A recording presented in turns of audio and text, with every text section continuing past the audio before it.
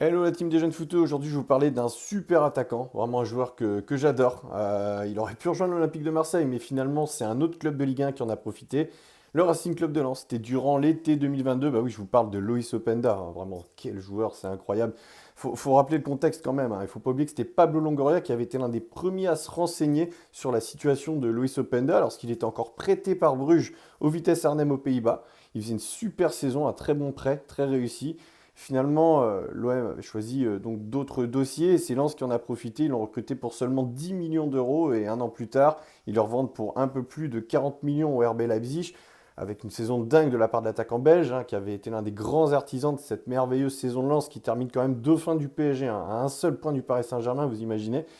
Donc tant sportivement que financièrement, ça a été dingue pour Lens. Donc c'est pour ça que ça peut laisser des regrets à l'Olympique de Marseille, hein, qui a fameux dossier du grand attaquant. Ok, il y a eu Pierre-Emerick Aubameyang, Alexis Sanchez, mais c'est des joueurs âgés sur lesquels tu peux pas non plus réaliser des belles plus-values derrière, comme le RC Lens l'a fait. D'ailleurs, il faudra suivre ça aussi de très près pour Lens, puisque Lens a négocié quand même un pourcentage sur la prochaine revente. Et là, on parle d'un joueur quand même qui maintenant est valorisé à 80 millions d'euros. Et c'est Bill Sport qui a annoncé cette semaine que le Bayern Munich et la Juventus Turin étaient très intéressés pour recruter l'attaquant belge.